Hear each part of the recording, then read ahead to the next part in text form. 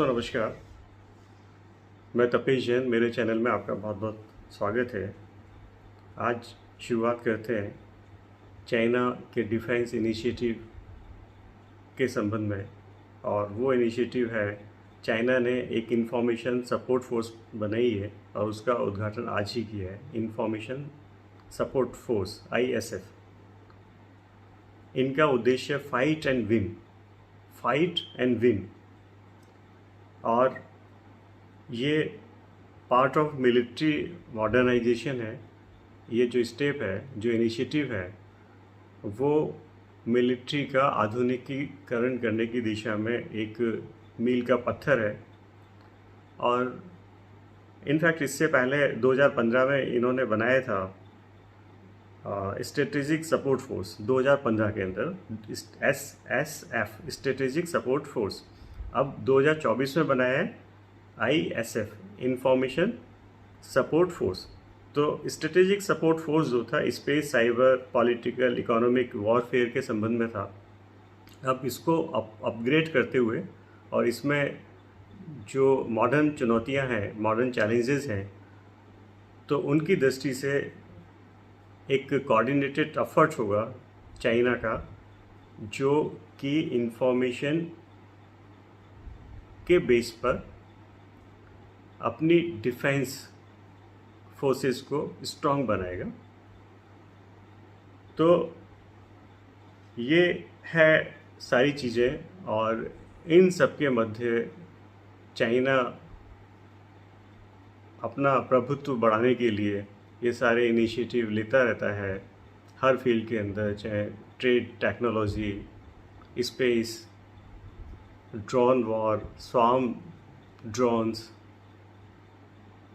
Hacking of other countries infrastructure, communication etcetera.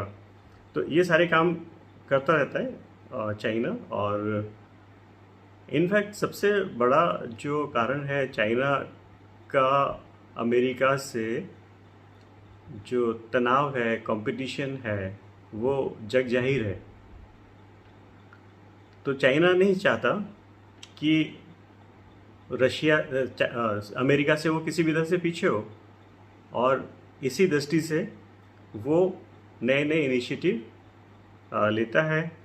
और US से जो टेंशन है वो तो है ही, इसके अलावा यूरोपियन कंट्रीज़ हैं उसके अगेंस्ट, और साउथ चाइना सी के अंदर उसका ताइवान से इशू है, डिस्प्यूट है, फिलीपाइंस है, वियतनाम है। तो तटीय क्षेत्र में जो साउथ चाइना सी के जो तटीय क्षेत्र हैं और उनके ऊपर अवस्थित जो कंट्रीज़ हैं, उनसे ट्रेड डिस्प्यूट है ही।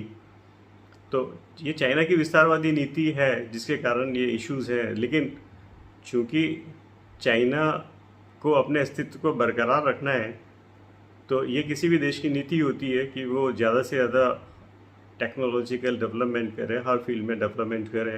तो उसी नीति का हिस्सा है इसका इंफॉर्मेशन सपोर्ट फोर्स बनाने का, जो कि इंफॉर्मेशन बेस्ड होगा और जो भी वॉरफेयर के जितने भी एस्पेक्ट्स हैं उनको कवर करेगा, और चाइना की सेना को इतना अत्याधुनिक बनाएगा कि वो किसी भी संकट का सामना करने की स्थिति में होगा। US भी चाइना से कंसर्न है, चिंतित है। और रिसेंट रिपोर्ट्स में बताया गया है कि चाइना ने इतनी कैपेबिलिटी विकसित कर ली है कि वो उसके infrastructure, communication, rail system, tunnel system, उनको भी हैक कर सकता है, उनके सिस्टम को हैक कर सकता है, उनको हैक करके अमेरिका की पोजीशन को काफ़ी वीक कर सकता है। तो चाइना हैकिंग कैंपेन भी चला रहा है। हैकिंग कैंपेन होते हैं वोल्ट टाइफून के नाम से, VOLT typhoon, TYPHOON, volt typhoon के नाम से ये कैंपेन भी चला रहा है, हैकिंग कैंपेन। तो इसके कारण US बहुत ज़्यादा चिंतित है, और US भी इसीलिए अपना एलिज ढूंढ रहा है, इंडिया को पार्टनर बनाया और चाइना के अगेंस्ट में चाइना को घेरने की नीति अपना रहा है।